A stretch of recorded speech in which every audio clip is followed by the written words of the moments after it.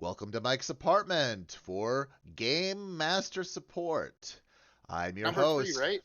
episode 3. Yes, I am the host, Mike. With me is my co host, Tom. Tom, how are you doing? Apparently, I'm interrupting you, Yes, so I'm doing good. No, that's a I'm kidding. that we'll save that for another D&D question, Yeah, as it happens quite often. yeah. Well, interruptions, anyways. All right, so let's just get to it. So basically, the format here is I find 3 questions from the internet about role playing, and for specifically for game masters and how they handle different situations. We have 3 questions. I do not identify the person. I do not identify which social media, like where I found the question. All we do is We don't answer them. identify. Yeah, we don't identify how they identify. Well, that would be beyond the scope of the show. Uh, but all that said, that's basically what we do. If you have a question for us, put it in the comments, and we'll read that on the next show if you like.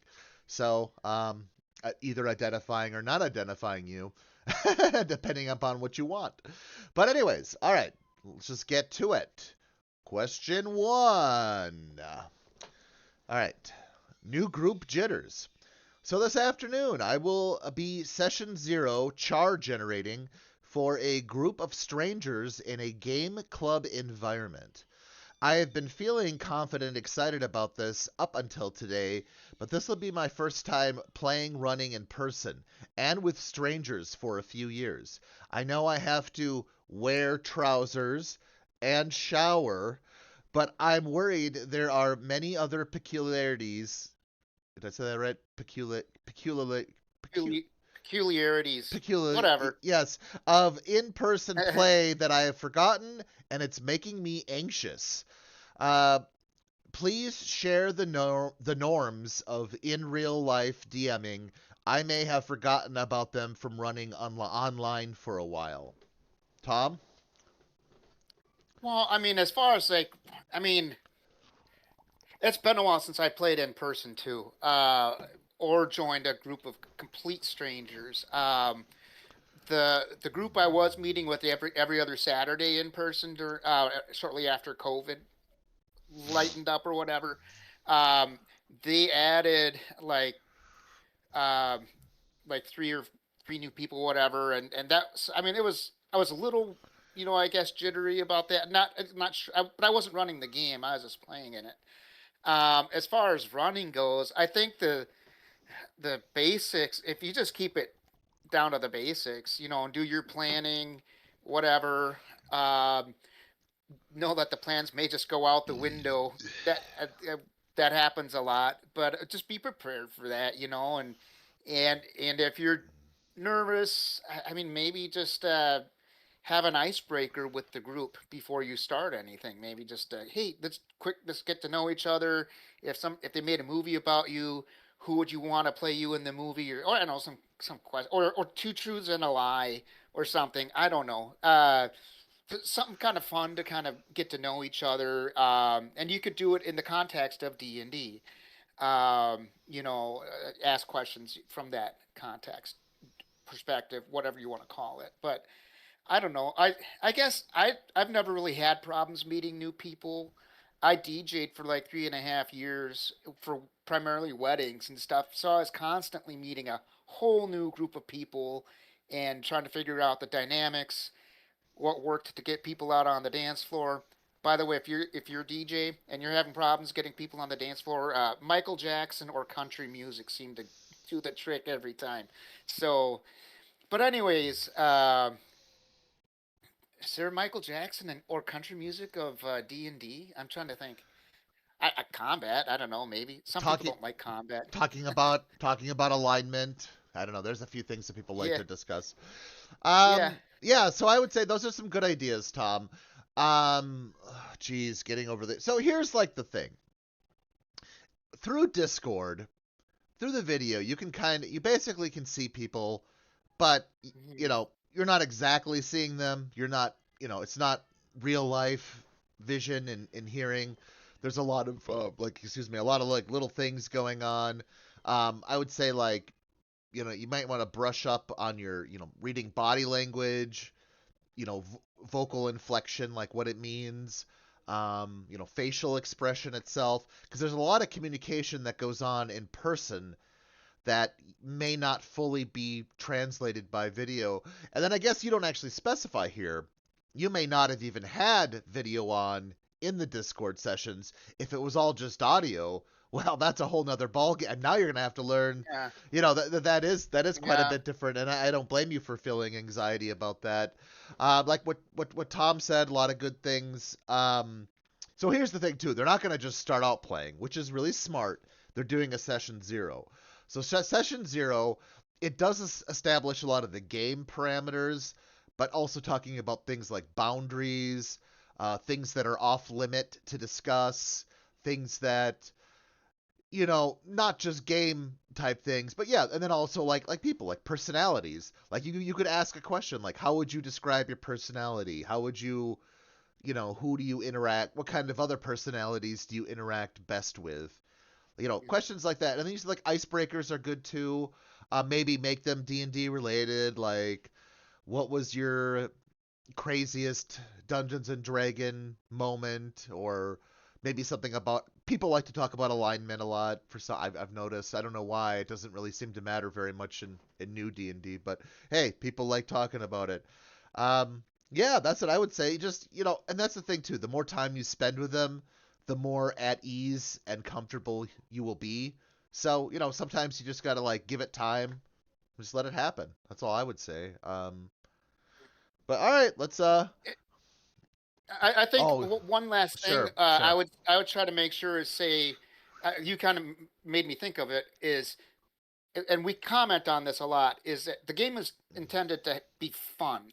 So in session zero with a brand new group or any game, I guess I might say just remind people this is meant to be fun. If you're not having fun, please let me know in it what's going on, and then I'll do what I can as the game master to uh, fix that. Make it fun. So so just make sure that people are aware that you're there to make sure that people are having fun, whether they like it or not. I'm kidding, but that's kind of Yeah. it's supposed to be fun for everybody, so including the DM. Yep. So, anyways, Exactly. next question. All Unless you had right. any other comments, No, yeah, I do not. All right. Question two. you All better right. go. All right. How long are your sessions? I find that I can't play any longer than 2 hours with kids, and that's with a 15 to 20-minute break. With adults, I find that people can really only stay in it for 3 hours. When I used to play way more as a DM, we usually played 3 to 5 hours, but that was a pretty hardcore. Well, that was with pretty hardcore gamers. I'm just curious what other people's norms are.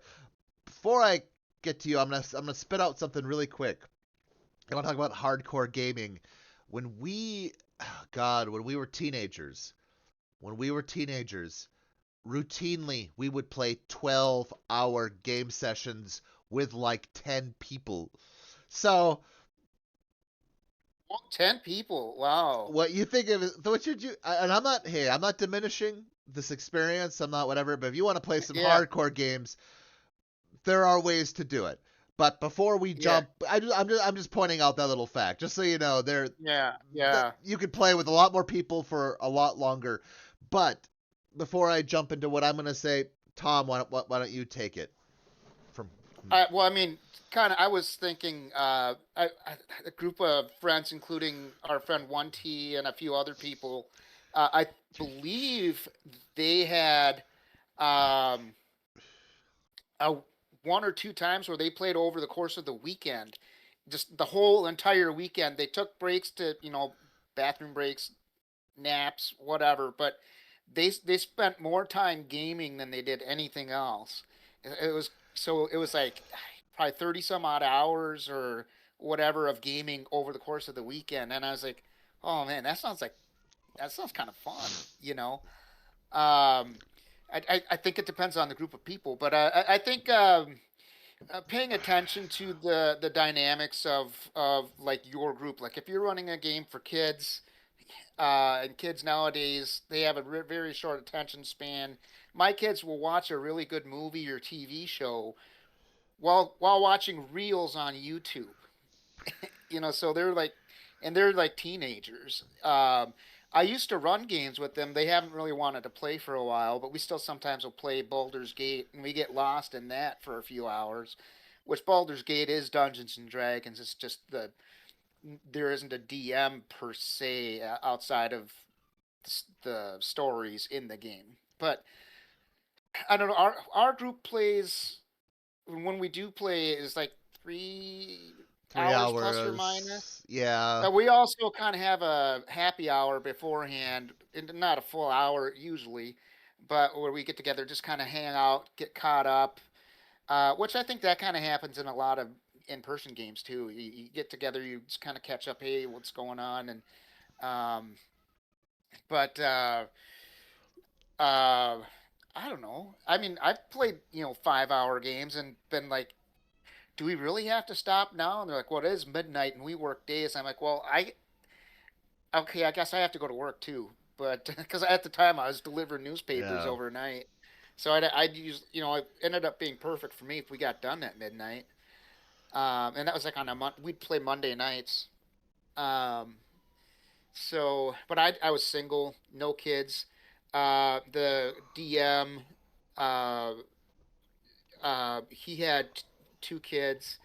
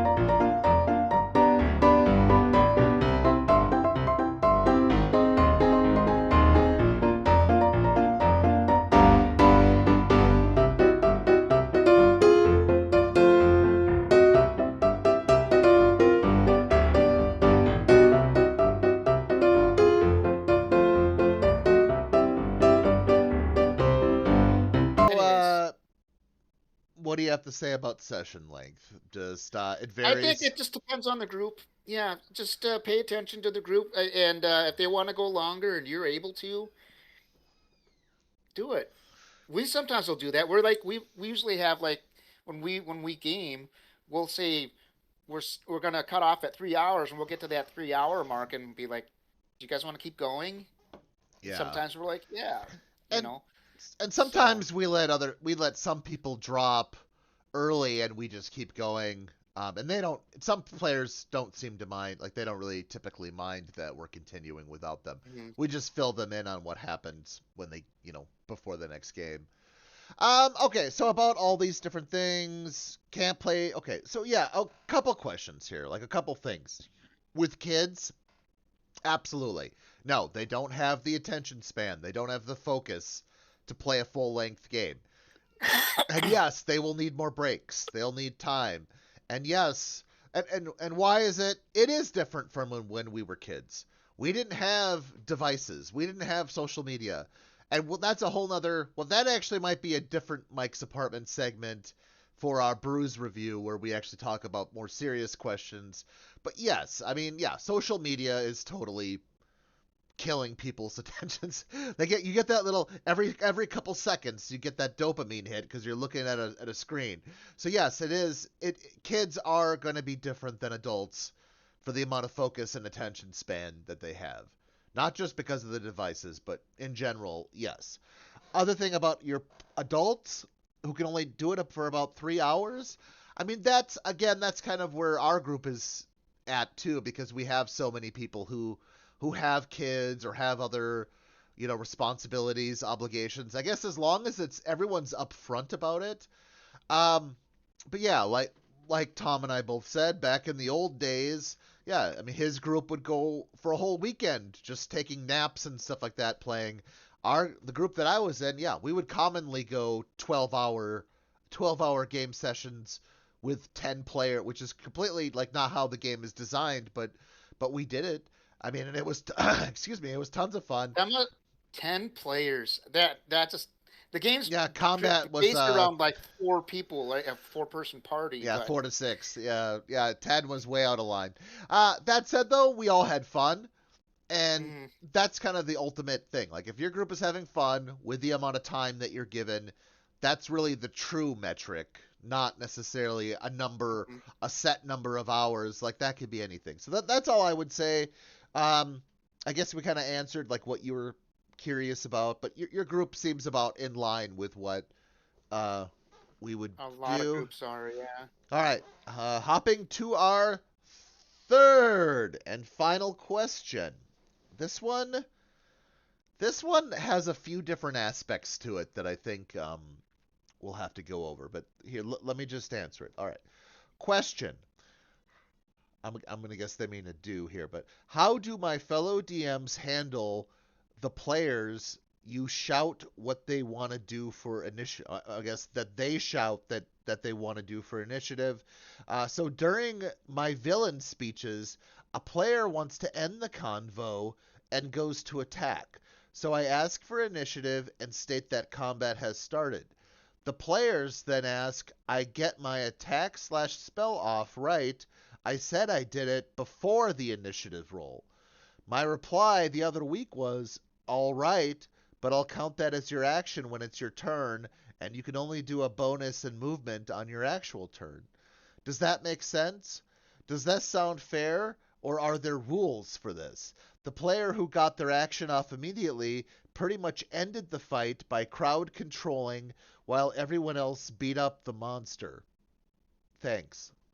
All right, go ahead, Thom. I'll let you start that one.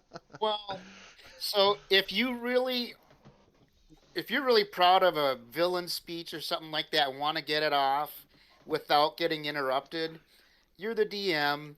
Maybe have use a monster that has some sort of fear effect or whatever, like say dragon. I mean, because don't people do they still have that fear thing where you got to make a Yes, save? I think so. Yeah. So, or use some other mechanic, like maybe an active spell when they enter the room or something, where they have to make a save, and if they fail their save, then you get your speech off. I mean, that's one way to do it, but I would say don't do that all the time because we've had this conversation in our game where we don't necessarily like to feel like we're being railroaded to what the DM wants us to do.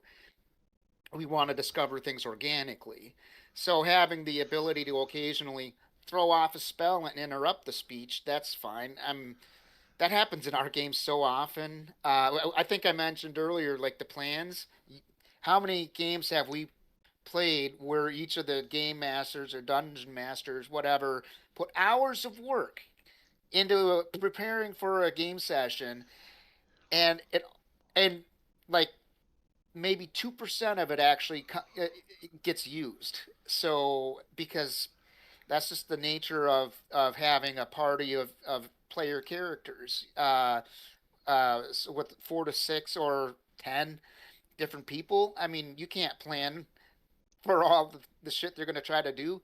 So I would say let them do it, and occasionally don't let them do it. Say there's an effect or whatever. As the DM, you don't even have to say what the effect is. You can just say, you know what, this time you can't do it. The game's going to happen the way I planned it for this part. So, which is good, I think, if you have a plot point you want to get off uh, that they might otherwise miss. But I don't know. That's I could go on, but I've been talking a lot It's okay. about Uh, other things. So all right, let's just kind of get to it. So I would say first of all, you said do something in game mechanically. I would say you don't even need to do that at all. You could just say this is flavor text this is the description, that you don't get to do anything while the main bad guy's talking, because I spent the time to write this out, so there Hmm. won't be any combat until after I'm finished here. So you totally can do that. You could Yeah, just say it. They might feel now the players might feel a little railroaded, or a little bit, the suspension of disbelief of being in disbelief. the game may whatever. But you know what? It doesn't really matter. You could do what you want, and if you think getting the villain's speech off is gonna have a more dramatic effect than just letting them immediately attack, that's fine too. However, I would say, like you said, in some situations I would just allow that. However, the reverse should also be true. Let's say one of the players wants to stand up and pontificate whatever, have the enemies just go and attack them, and don't say sorry. If this works both ways, you want to cut someone off, well, you're going to get cut off too. Tit for tat. Yeah, Yeah. yeah. That's one thing. Let's see. My player, did I said that I got it off before the initiative roll. That doesn't matter for timing. Uh, as the DM, you do control the timing.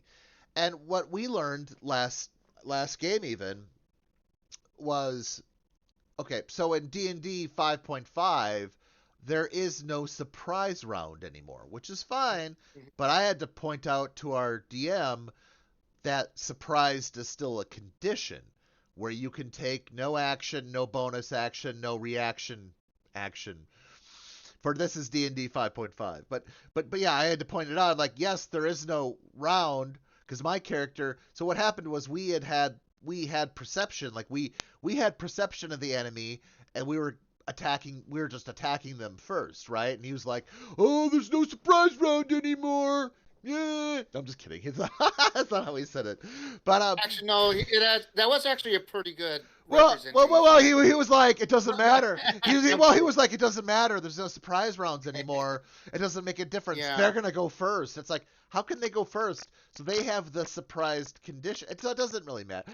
Long story short, as the DM, Mhm. you control the timing. You control the initiative. You control every part of it.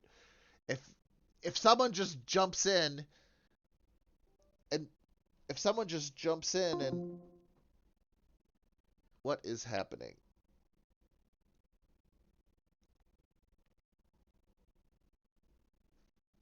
Tom?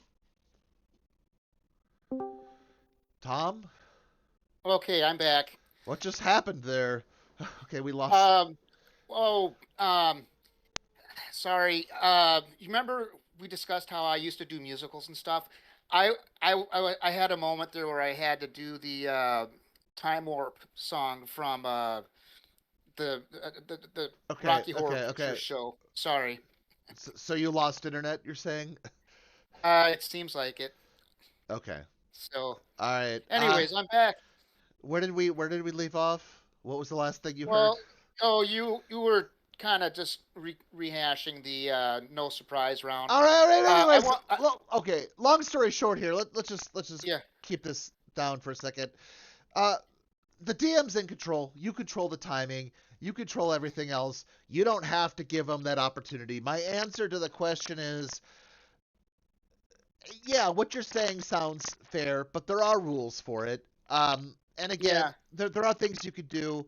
Yeah, if a player who's trying to get Yeah. their action off immediately to interrupt initiative does their thing, well, that's, I guess, what happens. But anyways, long story short, I that's what I would say. I I think there is some kind of mechanic for that because when playing Baldur's Gate 3, which is based on 5th edition rules. Now, I think they might have tweaked a few things for the gameplay, but whenever, like, say I enter a room and I get a surprised, the other person is surprised, and I take an action and say, like, blast them with, like, a firebolt or something.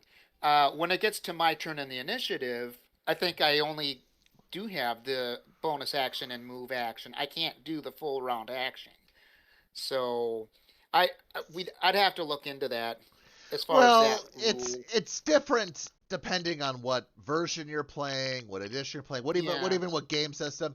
you're playing. If you want to look up the rules Yeah. exactly for it, go ahead. I would say though the number one rule is, again, if people are having fun, The DM but rules. and the DM, if you want your villain to get off their speech and you don't want the players to have a chance to take an action, that is totally fine. I Mm-hmm. see no issues, no issue whatsoever with you saying, yeah, this is the flavor text, this is the description part of the game. You don't get to do anything while I'm describing this. So, anyways, that's all I have to And say. and maybe set it up that way if you have people who are Yeah, constantly doing that. Just yeah, say, okay, before anybody says anything, nobody gets to do anything until I finish yeah, reading this. yeah, exactly. All right. Sorry for the interruption there. Yeah, We're gonna go with it though. I'm not gonna re-record or anything like that. So, long story short, that's yeah, how we roll. that's how we roll. So long story short, if you liked what you saw, like it, dislike it, comment, share it, do whatever you like with this. Yeah, and if you put a question in there about for GM support, something you want us to answer, feel free. We would love to take on your questions, and we'll only share as much with everyone as you wish us to. Any final thoughts, Tom, before we wrap up here? Um, just make sure that you're having fun. You and the players are having fun, whether it's a new group, an old group, whatever. Um, uh, yeah, and I guess I don't want to say too much else because we've already said a lot about these Yeah. questions. So I thought they were good questions, uh, relevant to a lot of people and stuff. So All right. Well, everyone, we'll talk to you later. all right, have a good one.